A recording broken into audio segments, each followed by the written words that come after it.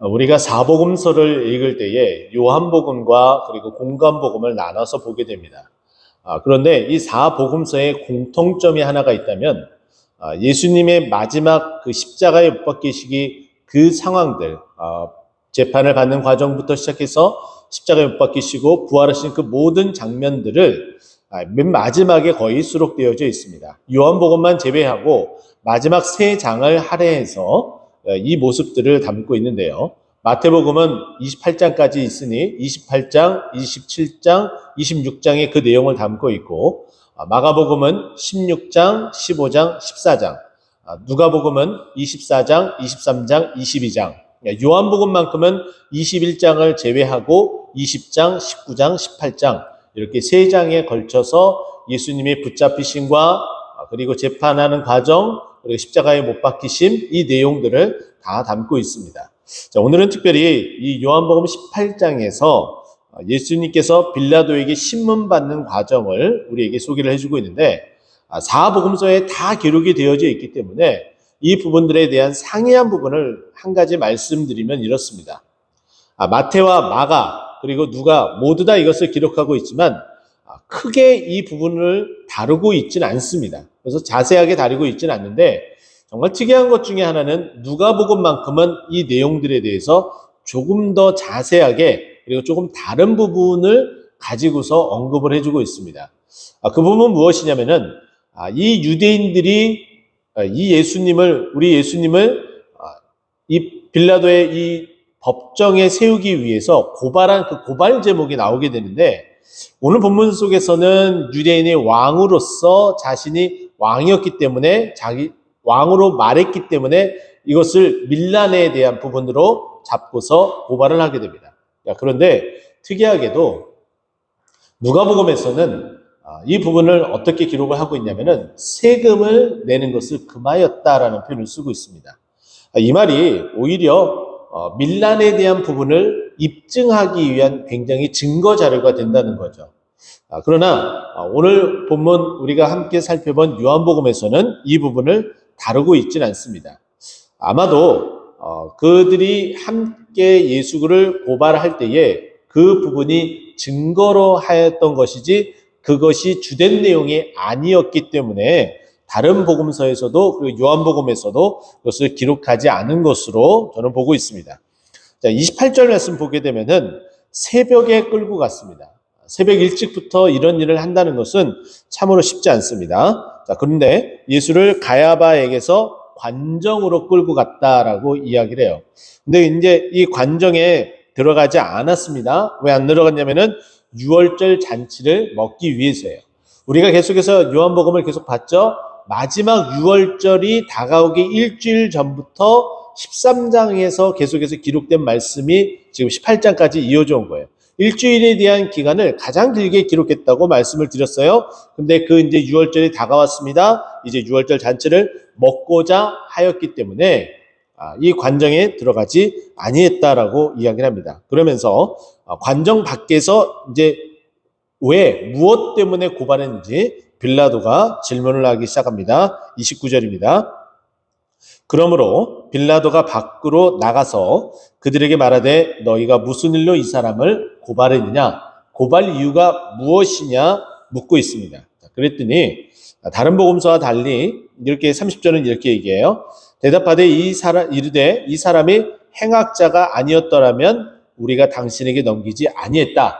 행악자라는 거예요. 그가 무슨 일을 했는지 구체적으로 말하지 않고 아무튼 나쁜 행동, 아주 나쁜 행동을 행하였다. 그래서 행악자였기 때문에 고발한다라고 이야기를 합니다. 그러면서 더 이제 말하는 것은 31절이죠. 빌라도가 이르되 너희가 그를 데려가다가 너희 재판에 세워라. 이것은 무엇이냐면은 빌라도는 이 당시에 유대 총독으로 있었어요. 높은 자리에 한 지역을 다스리는 사람이라면은 정보력이 이만저만 많은 것이 아니겠죠. 여러분 한번 생각해 보세요. 예수님은 이때 당시에 이 지역을 전체를 다 소동시켰었던, 소문이 정말 자자했었던 분이에요.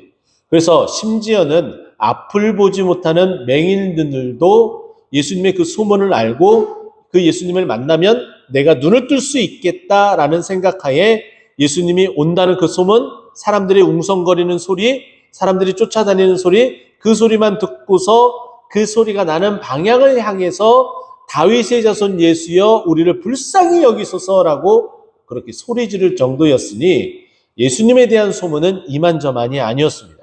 빌라도가 몰랐을까요? 다 알았겠죠. 예수라는 사람이 나타나서 이 이스라엘 사람들을 끌고 다니면서 많은 사람을 치유하고 또 많은 사람을 먹이는 오병이어의 기적을 일으켰구나. 정말 이 사람은 보통 사람이 아니구나. 이 사람을 함부로 해서는 안 되겠구나라는 것을 직감을 하고 있었어요. 가급적이면 나한테는 이 사람에 대한 처리를 말하는 것이 그리고 처리를 이렇게 하러 오는 것이 없었으면 하는 그런 바람도 있었을 듯합니다. 바로 그렇게 굉장히 좀 껄끄러운 자신이 좀 만나기가 좀 껄끄러운 그런 사람 가운데 한 사람이 바로 예수님이었다는 거예요. 그래서 빌라도가 그 속내를 그대로 드러내죠. 31절이죠. 너희가 그를 데려다가 너희 법대로 행해라.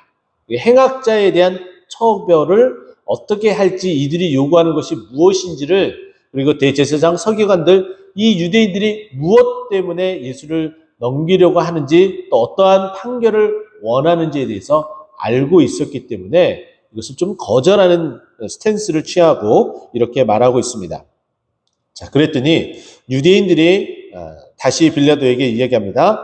우리에게는 사람을 죽일 권한이 없나이다. 왜 빌라도에게 데리고 왔느냐? 우리 법대로 그냥 잘못하면은 출교, 그리고 또 매를 다스리는 것, 뭐 여러 가지 방법이 있지만 이 유대인들이 정작 예수를 처단하려고 했었던 그 방법은 죽음이었어요. 근데 그 죽음이 무엇이냐면은 32절에 이야기하죠. 이는 예수께서 자기가 어떠한 죽음으로 죽을 것을 가리켜 하신 말씀을 응하게 하려 함이라라고 이야기를 해요. 이 유대인들이 이 예수를 어떻게 죽이고자 하는지에 대해서 예수님 스스로도 다 알고 있었고 또 이것은 말씀이 기록되어져 있는 그것을 그대로 성취하기 위한 어떤 그런 과정으로 하나님께서 섭리 가운데 이끌어가고 있었다는 거예요. 신명기 21장 23절 말씀을 보게 되면은 나무에 달린 자마다 하나님께 저주를 받은 자다라고 이야기를 합니다. 동일하게 이 말씀을 사도 바울도 인용해서 예수 그리스도를 증거를 할 때 갈라디아서 3장 13절에 이 말씀을 그대로 또한 인용하기도 합니다. 나무에 달렸습니다. 그 나무 십자가에 달렸죠. 하나님께 저주를 받았습니다. 하나님께 받은 그 저주는 우리가 받아야 될 저주이고 우리의 죄악으로 생겨난 하나님 앞에 징계받을 저주라는 거예요. 그래서 우리의 모든 죄가를 다 용서해 주시고 우리가 더 이상 저주를 하나님께 받지 않도록 하기 위해서 나무에 달리셔야만 했다는 거예요. 근데 그것을 그렇게 인도하기 위해서 유대인들은 사람을 죽일 권한이 없었기 때문에 빌라도에게 제발 이 예수를 죽여달라라고 이야기를 하고 그 과정들은 결국은 하나님께서 말씀하신 말씀이 성취되어지고 응하게 하려고 이와 같은 과정으로 이끌어가고 있다는 겁니다. 33절이죠. 이에 빌라도가 다시 관정으로 들어가 예수를 불러 이르되 내가 유대인의 왕이냐? 지금 처음에는 유대인들과 이야기를 했어요. 예수님과 신문한 게 아니에요. 이제는 관정으로 들어가서 관정에 웬만하면 들어가지 않으려고 했는데 이들이 이렇게 포악하게 사람을 죽이려고 좀 강하게 어필하는 모습. 우리는 글로 읽어서 이 내용, 이들의 감정, 이들의 억양을 알 수 없지만 사람을 죽일 권한이 없기 때문에 당신에게 이렇게 오지 않았느냐? 아주 강하게 어필했다라고 볼 수가 있겠죠. 그렇게 좀 강하게 어필하면서 다가오기 시작을 하니까는 이 빌라도도 위축이 되는 거예요. 이들을 가만둬서는 안 되겠다라는 생각이 드는 거죠. 어떻게 하든지 이들의 말들을 들어주는 어떠한 제스처라도 취해야 될 것 같았다는 거죠. 어떤 그런 태도를 보이기 위해서 이제 관정으로 들어가게 됩니다. 관정에 들어가서 이제 빌라도가 예수님을 신문하는 장면이 이제 시작이 됩니다. 자, 예수를 불러 이르되 내가 유대인의 왕이냐 라고 이야기를 해요.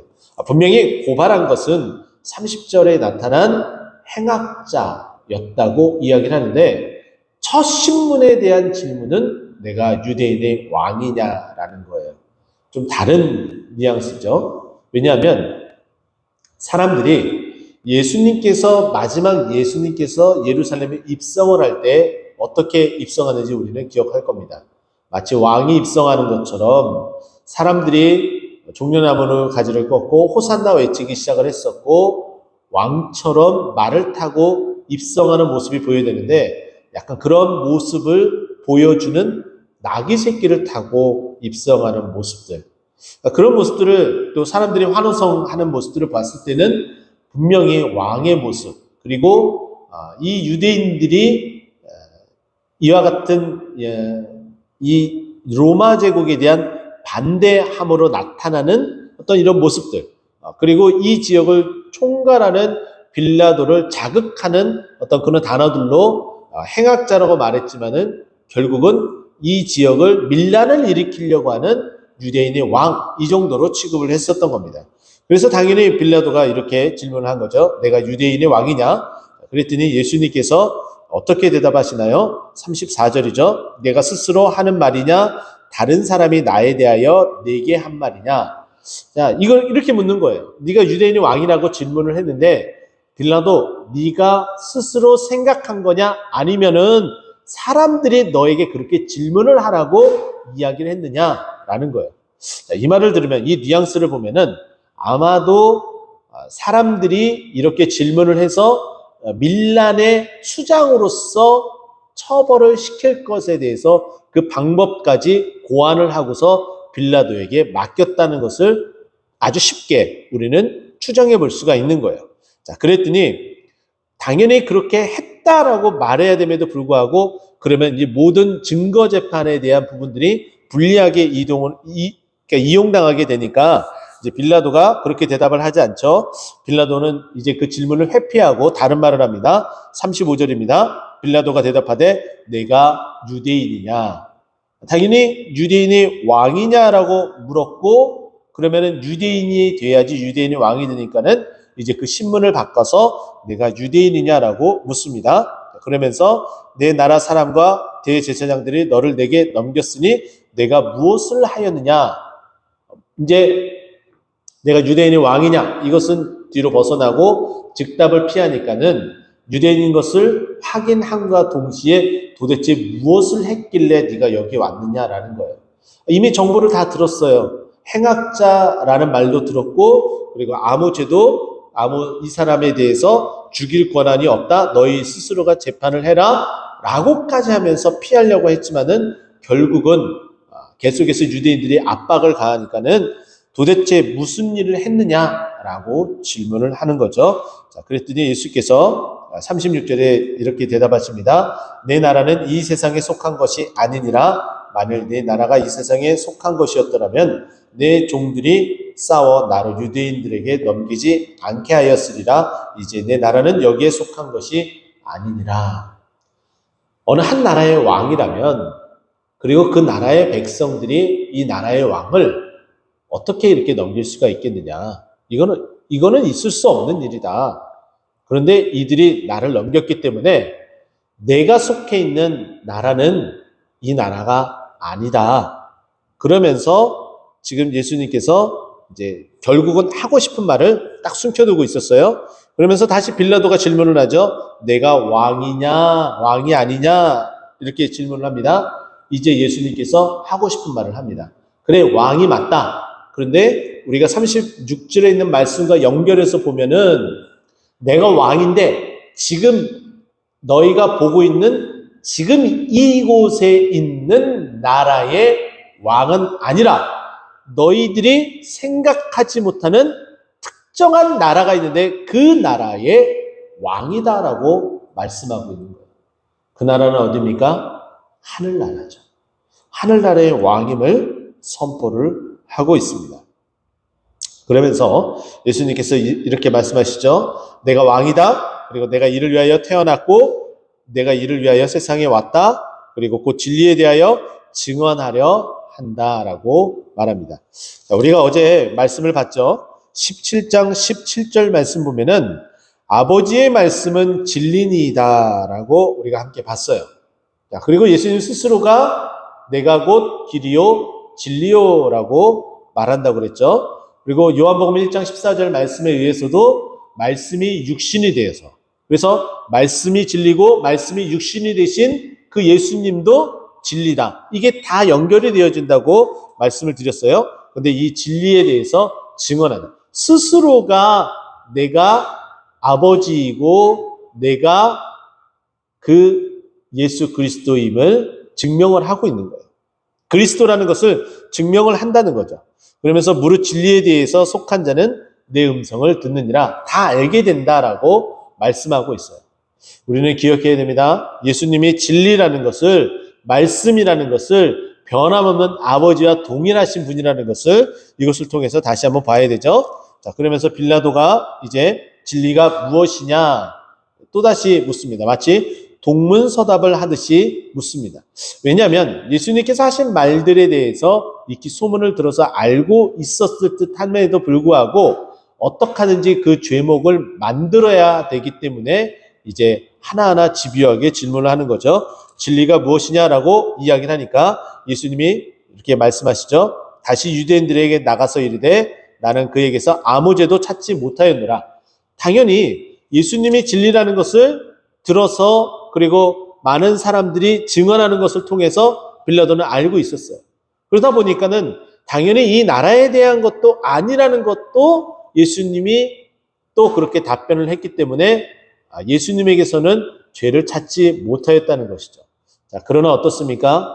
그렇게 해서 내주는 것이 아니라 단호하게 끊었어야만 되죠. 자, 그런데 그렇게 하지 못하고 결국은 유대인들에게 다 넘겨주고 예수님을 십자가 처형을 하게끔 로마인들이 해야 될 그 일들을 결국엔 빌라도가, 유대인들이 할 수 없는 그 일들을 대신 하게 됩니다.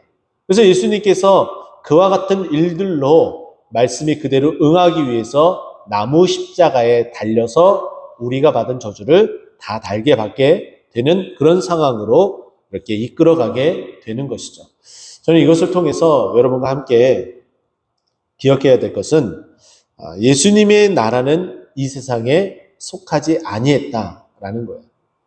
우리도 이 세상 속에 살아가고 있지만은 우리는 소위 말해서 이중국적으로 살아가고 있습니다. 그러나 우리가 둘 중에 하나를 포기를 하라면은 어느 것을 포기를 해야 될까요? 이 세상에 대한 국적을 포기하는 것이 맞습니다. 우리는 도저히 포기할 수 없는 것이 하나님의 나라의 국적이에요. 우리는 그곳에 진리가 있고 그곳에 아버지가 있고 그곳에 예수 그리스도가 있기 때문에 우리는 세상에 속하지 않는, 오히려 세상에 속해 있지만은 세상에 속해 있지 않는 그 진리의 말씀을 선포하는 자로서 살아가야 됨을, 또 우리는 예수님을 본받아 세상 어떤 곳에서도 어떤 손가락질이나 그런 지탄을 받지 않기 위해서 더더군다나 힘쓰고 노력해야 됨을 기억하고 예수님을 또 본받고 또 우리의 할 말을 하며 정말 주님을 온전히 따라가는 우리 모두가 되기를 예수 그리스도의 이름으로 축원드립니다. 기도하겠습니다.